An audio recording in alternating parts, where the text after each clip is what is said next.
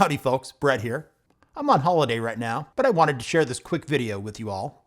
For the past couple of weeks, I've been playing around with this new free tool released earlier this year to completely replace the less than fantastic built-in Windows search. Whether you use search in the start menu or click on the search button in the taskbar, it's absolutely terrible, bloated, and unreliable.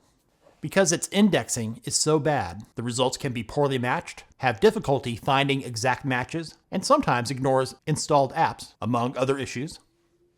As I've mentioned in earlier videos, for the past several years, I had been using the Everything app from Void Tools. This lightweight search program is great for instantly locating files and folders by name in Windows. If you've used it, you already know how good it is. Some of you may have heard last month, Microsoft confirmed that it has plans to replace the traditional built-in search on the taskbar with an AI feature called Ask Copilot. Like that's going to make things even better. I imagine it'll make things worse. And while that team is working on that crap, another more competent team in Microsoft has already created an awesome free tool that they should consider including in Windows builds called the PowerToys Command Palette Utility. It's even a lot better than the Everything app. Available from the Microsoft Store, it's included in Microsoft PowerToys, which includes a useful set of utilities for power users. The Command Palette utility not only quickly locates folders and files, it can quickly open apps, run system commands, navigate Windows settings, do web searches, solve calculations, and does a whole lot more than Windows Search and the Everything app. By default, when you install PowerToys, the Command Palette will be in your system tray on the right side of the taskbar. Its icon looks like lightning bolts. If you don't see it here, go to Show Hidden Icons and click and drag it down here. To open the Command Palette, left-click on it, or you can use the keyboard shortcut, which is the Windows key plus Alt and Space keys. I'll show you where you can change the keyboard shortcut coming up. Below All Apps, you'll see all the various types of searches you can do, including run commands, calculator, search files, switch between open windows, search the web, and there are many others here. Let's go back to the top. I tend to leave it on All Apps. Once open, and after doing a search, just use your arrow keys to navigate. Here are some examples.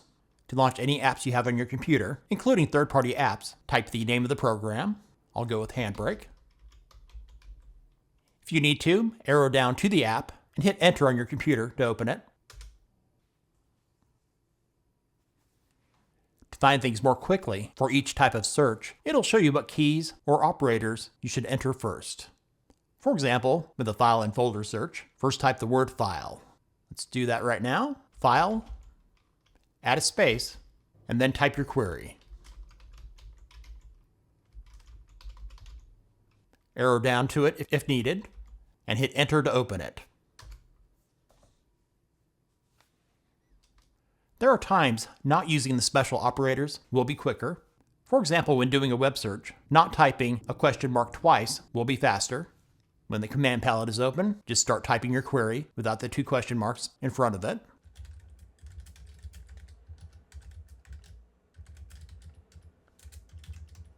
Arrow down to the search and hit Enter.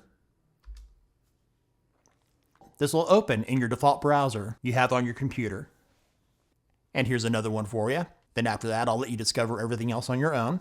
This one's using the calculator. Type your mathematical expression. Let's go with 19 times 56. And you'll see the result here with the calculator icon. Hitting Enter on your keyboard on the result will copy it to your clipboard to paste it where you want it. Let's now do a square root of 256. Type SQRT, and in parentheses, let's go with the number 256. And there it is, 16. To change the settings for Command Palette, including the keyboard shortcut to open it, right-click on its icon in the system tray and select Settings. In the General tab, this is where you can change the keyboard shortcut. Since those 3 keys are right next to each other on the keyboard, I find it really easy to activate the shortcut. The other settings I have here are the defaults. Haven't felt the need to change any of these. Your mileage may vary. And in extensions, you can choose which one of these you'd like to enable or disable. They're all enabled by default. Let's say, for example, if you don't use winget, the command line package manager, you might want to disable it so it doesn't show up when you open the Command Palette. Thanks for watching. The link for PowerToys is in the description. If this video was useful for you, give it a thumbs up and share it with others. What are your impressions of the command palette? Let me know in the comments. And if you're new to our channel, subscribe and click the bell to stay up to date with the latest with Windows here on Brett in Tech.